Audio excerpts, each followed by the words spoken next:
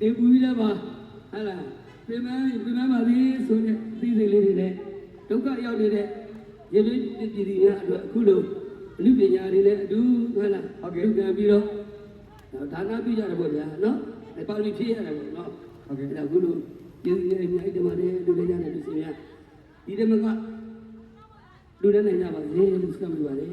ကဲဘာမှကြောက်တယ်လေဘာမှကြောက်တယ်လူကလေးတွေတားပြီးဖြစ်ပြ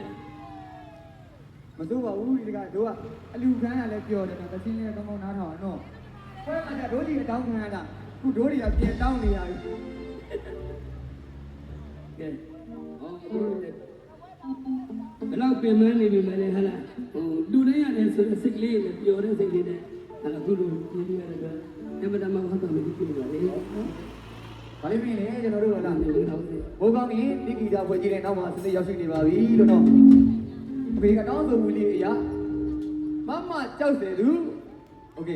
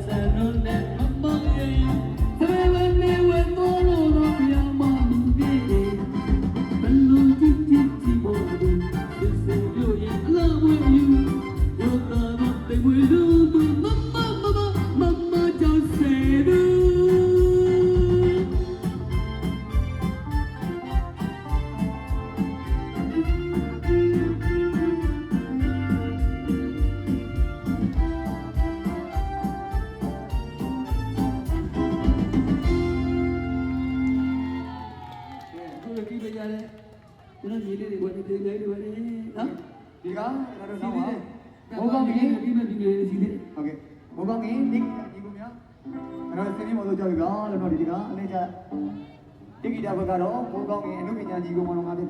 ကြပါလေဟုတ်ကဲ့ကြားတယ်ပေါ့လေဒီလိုမှဝါသာပြီးပြင်ပါလေနော်ခုလိုစီလုံးနဲ့လူလန်းကြတဲ့အတွက်ဟုတ်ကဲ့ကျေးဇူးတင်ပါတယ်ပါလေဟောတော့ဆိုင်ကလေးလည်းကိစ္စမှန်တာပါလို့